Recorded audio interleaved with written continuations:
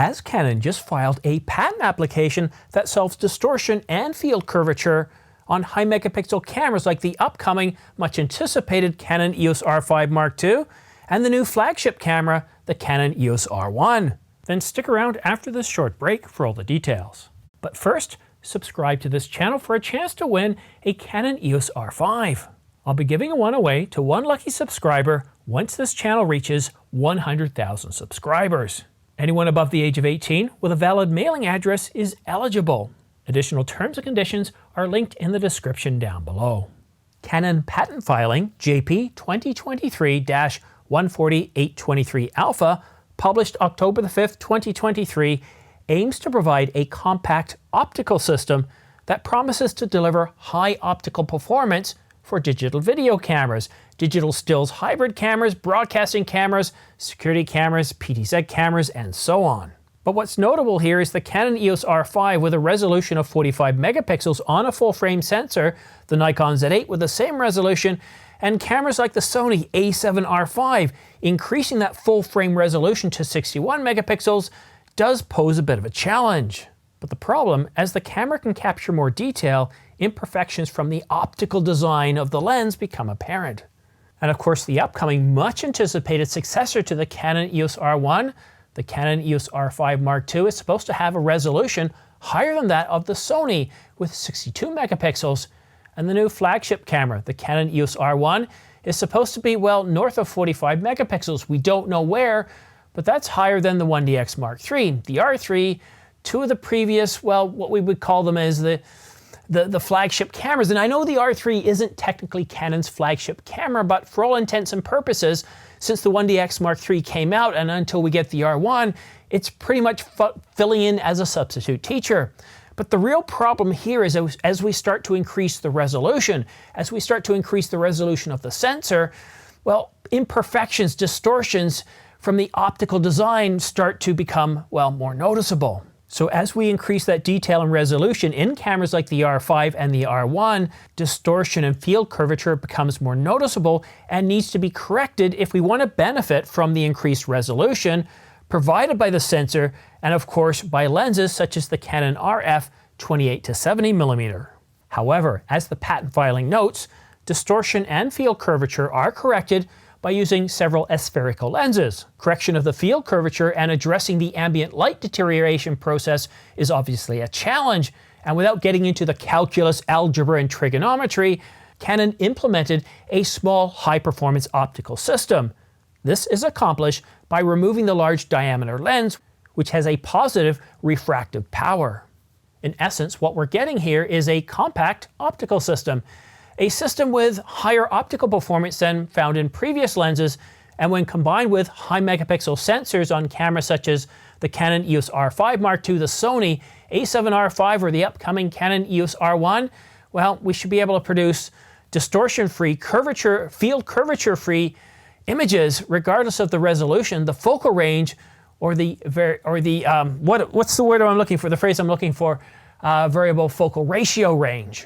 And the construction does look rather simple when we take a look at these blueprints from Canon's patent filing. No calculus, algebra, or trigonometry required. We have an optical system that includes the first lens and it has a positive refractive power. A second lens having a negative refractive power, a third lens, fourth lens, fifth lens, and so on, and in this example here, of course, a sixth lens. So what does all this mean for the Canon EOS R5 Mark II, the Canon EOS R1, or even other cameras, high-performance cameras such as the Canon EOS R3, or even the Canon EOS R6 Mark II? Well, the Canon EOS R5 Mark II is supposed to be announced on the heels of CP Plus in Japan sometime around the middle of February, according to the Camera Insider. And of course, the Canon EOS R1, according to Camera Rumors, is supposed to be coming out sometime in the first half of 2024, and it's going to start shipping long before the Olympics. Both of these cameras have high-resolution sensors, as does the Sony A7 R5, the Nikon Z8, the Nikon Z9, and that's great. And also to be able to have better dynamic range, better low-light performance from these sensors, from stacked sensors, makes a huge difference and improvement. However, if we don't also improve the optical systems within these lenses, distortion, chromatic aberration, field curvature, all these things start to become, well, a whole lot more noticeable. Well, and here's something else that's pretty exciting too. So we've got some really amazing camera bodies coming up, but as I'm sure you're well aware of, so what? Forget about that. What really matters when it comes to imaging systems or cameras, digital cameras, video cameras, are of course the lenses. And we are supposed to be getting, according to Canon rumors, a whole bunch of lenses coming soon. In fact, 8 to 10 lenses over the next, well, 6 to 12 months, or no, 6 to 8 months. 6 to 10, or 8 to 10 lenses over the next 6 to 8 months. That's a pretty big deal, and some of them are supposed to be announced this month, some RF and RFS lenses.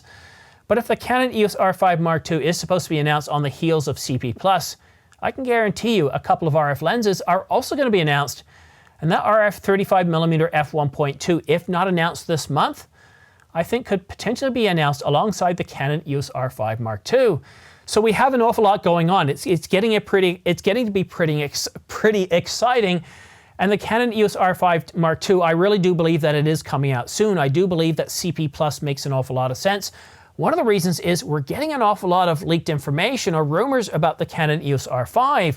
Now, over the past couple of years, we've gotten drips and drabs every 3 to 6 months, and then things kind of quieten it off. But now we're getting, it almost seems like every week we're getting something on the Canon EOS R5 Mark II.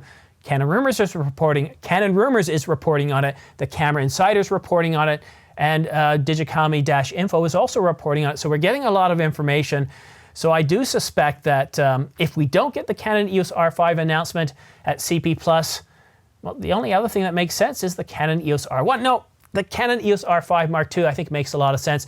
I think according to Canon Rumors, what we're getting with the Canon EOS R1 is a slow drip and drab of announcements of, when I say announcements, I mean like we might get a development announcement, and then maybe Canon Australia will come out with something else on their webpage saying, I don't know, the King is back or something like they did with the Canon EOS R5. And what we had for 6 months until the official announcement is Canon slowly, over a period of 4 to 6 weeks, will come out with new information on the camera.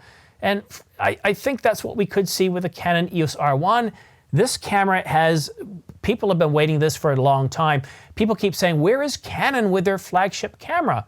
The Nikon Z9 came out several years ago and sold well, but Canon took a slightly different approach, coming out with their 5 series first and leaving the R1 as pretty much, well, if not the last, one of the last mirrorless cameras, or one of their last cameras to be finally migrated to the mirrorless system. And the R1 is a successor to the 1DX Mark III. And hopefully what this patent application means is slightly more affordable lenses, especially L system lenses.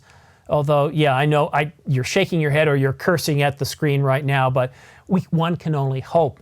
Anyhow, if you want to stay up to date on the latest camera gear news and rumors, then please go ahead and subscribe to this channel and also choose all notifications.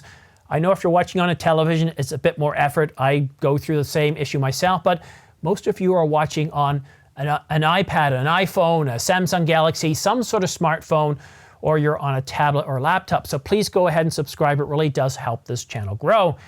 And for all those news stories, well, they're not quite big enough to have their own separate video, news, rumors, pricing information, then go ahead and follow me on X, formerly known as Twitter.